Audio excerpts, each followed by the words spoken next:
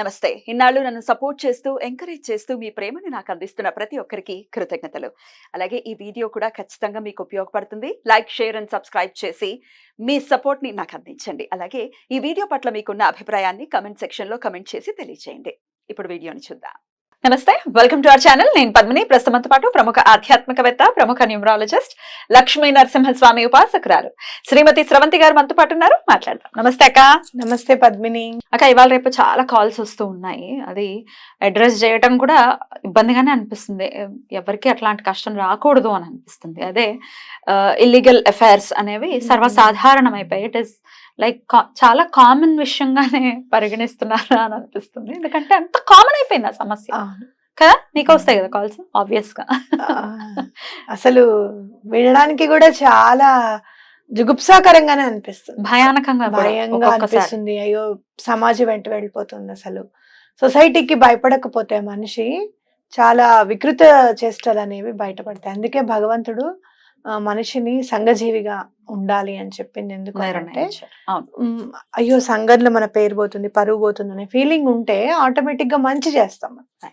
ఈ illegal affairs ఎంత ఎంత అంటే ఇంకెంత ఎక్స్ట్రీమ్స్ కి వెళ్ళిపోతున్నారంటే కొంతమంది చంపేద్దాం అని కూడా అనుకుంటున్నారు. సీరియల్స్ ప్రభావం. ఏడు చంపేయడం అంత ఈజీయా? అది చంపితే ఏమైనా ఊరుకుంటారా పోలీసులు? లేకపోతే చట్టాలు ఏమైనా చూస్తూ కూర్చుంటాయా? అసలు దొరకకుండా ఉంటాము అన్న కాన్ఫిడెన్స్ చూసి అసలు ఆశ్చర్యంగా అనిపిస్తుంది.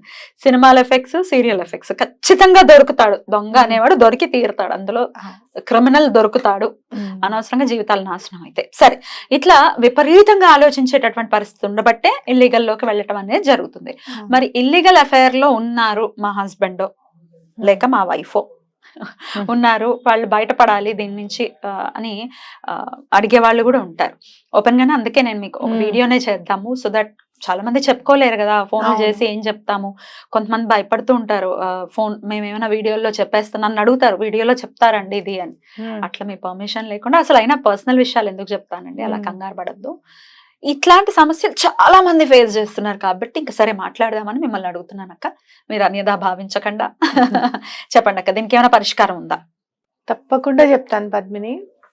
థర్డ్ పార్టీ అనేది అసలు నేను ఎప్పుడైనా లీగల్ విషయాలు ఏమైనా చూస్తే అప్పుడు చదివేదాన్ని ఫస్ట్ పార్టీ, సెకండ్ పార్టీ అని.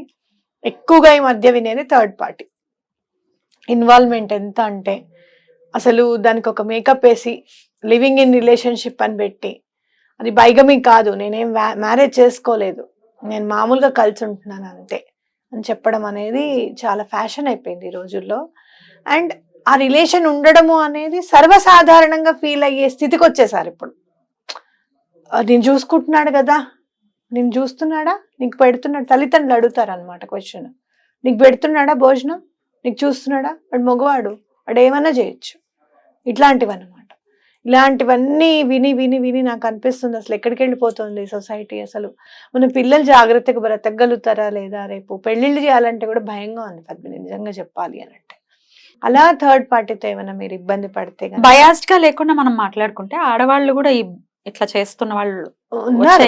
అయ్యో ఉన్నారు. ఇప్పుడు ఒకటి గుర్తుపెట్టుకో పద్మిని, మగవాళ్ళు చేస్తున్నారు అని మనం అంటున్నాం. ఈ మగవాళ్ళు ఏం మగవాళ్ళ దగ్గరికి వెళ్ళట్లేదు కదా, ఆడవాళ్ళే కదా థర్డ్ పార్టీ. అవును కదా, వాటర్ లాజిక్ అవునా కదా. కాబట్టి అదేంటంటే ఇటు ఆడవాళ్ళని అంటున్నట్టే మగవాళ్ళని అంటున్నట్టే నాకు అనిపిస్తుంది.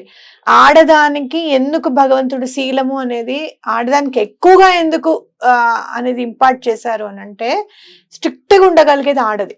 నో అంటే ఇట్స్ నో అంతే, లేదు అట్లాంటి జోలికి వెళ్ళకూడదు అని చక్కగా నియంత్రించుకోగలిగేది ఆడదానికి శక్తి ఉంది, ఆ పవర్ ఉంది.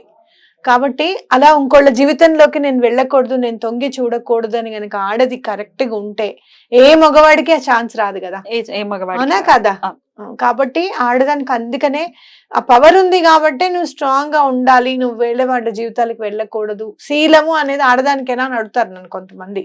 మా హస్బెండ్ ఇలా చేశాడు, నేను కూడా ఇలా చేయాలనుకుంటున్నాను అని మాట్లాడే వాళ్ళు కూడా ఉన్నారు. నేను అంటాను, అలా చేస్తే గుర్రానికి గాడిదకి తేడా ఏముంది అని ఒకటి. రెండు ఏంటంటే నువ్వు కూడా అలా ఆలోచిస్తే ఇంకొక జీవితాన్ని నాశనం చేయడమే కానీ వేరేది ఏముంది, ఇంకా లేదు కదా అట్లాంటివి. కాబట్టి అట్లాంటివి ఆలోచించండి అని చెప్పడం జరుగుతుంది. ఇలా థర్డ్ పార్టీ ఇన్వాల్వ్మెంట్ ఉంది. వాళ్ళ ఉంది. నుంచి మీరు విడుదల పొందాలి అనుకుంటే కనుక, మీ భర్త ఇల్లీగల్ అఫైర్ నుంచి బయటపడాలి అనుకుంటే ఉమ్. మీరు ఏం చేస్తారు అని అంటే, కొన్ని ఇవి మనకి పూల్ మఖాన్ అంటారు, మేము కూడా పూల్ మఖాన్ అని అంటాం. అంటే మన తామర పువ్వు గింజల నుంచి పేలాలు చేస్తారనమాట. తామర పేలాలు అని మనం చెప్పుకోవచ్చు తెలుగులో చెప్పాలి అని. దొరుకుతాయి. అయ్యో, సూపర్ మార్కెట్ లో ఫుల్ మఖాన్ ఇప్పుడు విపరీతమైన వెయిట్ లాస్ ప్రోడక్ట్ అది. ఎవరైనా వెయిట్ లాస్ అవ్వాలి అంటే పూల్ మఖాన్ తెచ్చుకొని ఆ పూల్ మఖాన్ కొంచెం ఆవు నెయ్యిలో వేయించేసుకొని తినడం అనమాట. తింటే వెయిట్ లాస్ ఉంటుంది. అంటే చాలా క్యాలరీస్ ఉండవు ఎక్కువ. ముందు సీడ్స్ నుంచి వచ్చేది కాబట్టి కొంచెం ప్రోటీనిషియస్ గా ఉంటుంది, లెస్ ఇన్ కార్బోహైడ్రేట్. అవి పూల్ మఖాన్ అన్ని సూపర్ మార్కెట్స్ లో దొరుకుతున్నాయి. ఒక ప్యాకెట్ తెచ్చుకోండి. ఆ థర్డ్ పార్టీ వాళ్ళ పేరు ఏంటి అనేది ముందు అక్షరాలు రాసుకోండి, ఇంగ్లీష్ లో ఉన్నా తెలుగులో ఉన్నా. ఎక్కడ రాయాలి? పేపర్ మీద ఎన్ని అక్షరాలు ఉన్నాయో లెక్క పెట్టుకోవాలి కదా. ఆ ఇంగ్లీష్ లో రాసుకొని అన్ని అక్షరాలు ఒక్కొక్క పూల్ మఖాన్ మీద ఆ అక్షరాలు రాయండి. ఇప్పుడు ఒక 5 అక్షరాలు ఉన్నాయి అనుకో ఫర్ సపోజ్, ఆ 5 అక్షరాలు ఒక్కొక్క దాని మీద ఒక్కొక్క అక్షరం రాయాలి. రాసిన తర్వాత అవి మంటలో వేసి కాల్చేయాలి. కాల్చేసిన తర్వాత యాషెస్ ఎక్కడైనా వాటర్ లో తడిపేసేసి, ఇలానే వాళ్ళిద్దరు రిలేషన్ కూడా స్పాయిల్ అవ్వాలి, వాళ్ళు కలిసి ఉండకూడదు. థర్డ్ పార్టీ రిలేషన్ గురించి చెప్తున్నాను నేను. పేరు తెలియకపోతే అక్క? పేరు తెలియకుండా మనం ఏం చేయలేం పద్మిని. అట్లీస్ట్ పేరేంటనేది తెలుసుకోవాలి కదా. ఇప్పుడు కొంతమంది అనుమానంతో, చాలా పాపం అదొక డిజార్డర్ అనుమానం అనేది, దాంతో బాధపడుతుంటారు. తమ భర్త ఎటువంటి తప్పు చెయ్యరు కానీ ఏదైనా కొంచెం క్లోజ్ గా మాట్లాడుతున్నారంటే ఈ రిలేషన్ ఉంది అనుకుంటారు.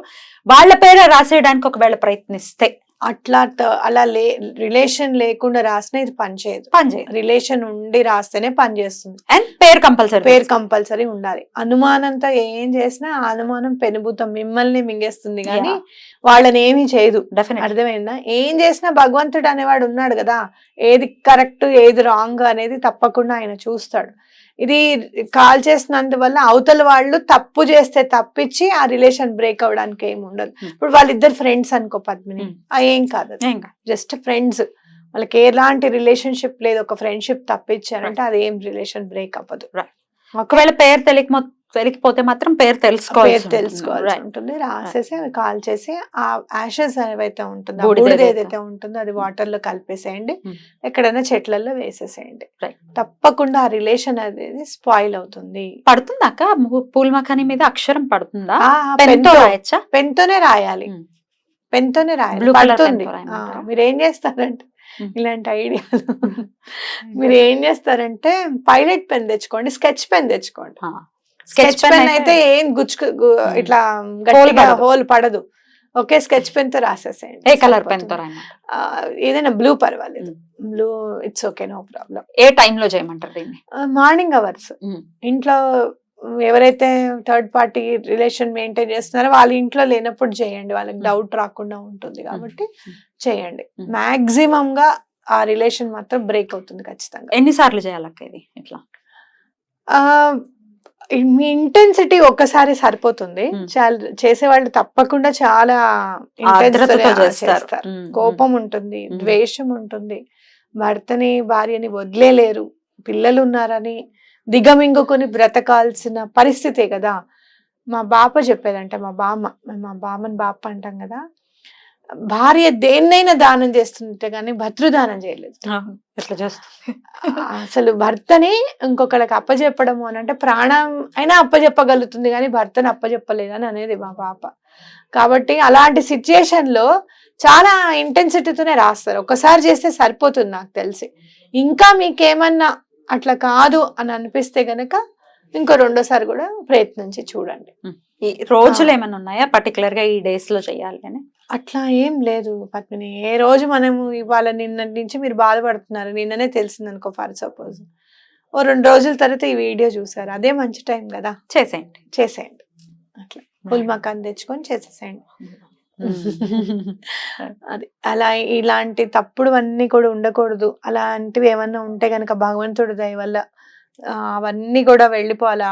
ఇల్లీగల్ రిలేషన్షిప్ అనేది ఉండకూడదు అని అనిపిస్తుంది. అది కేవలము భాషలో ఒక మాటగానే ఉంటే బాగుండు అనిపిస్తుంది నాకు. ఎంతమంది జీవితాలు నాశనం అయిపోతున్నాయి, పిల్లలు ఎంతమంది సింగిల్ పేరెంట్స్ పిల్లలు అవుతున్నారు అనేది నేను చెప్పలేను పద్మిని.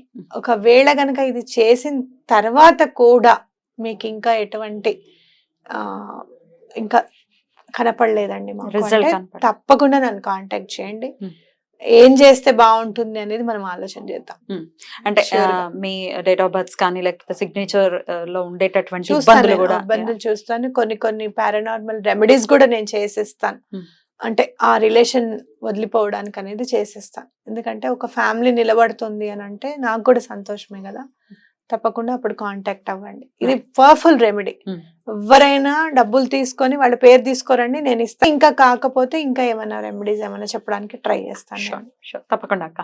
థ్యాంక్ యూ అక్క. డెఫినెట్ గా ఇది హెల్ప్ అవుతుంది. ఇట్లాంటి ఇబ్బందుల్లో ఉన్న వాళ్ళకి ఖచ్చితంగా హెల్ప్ అవుతుంది, అవ్వాలని మనస్ఫూర్తిగా కోరుకుంటూ థ్యాంక్ యూ అక్క. నమస్తే. నమస్తే.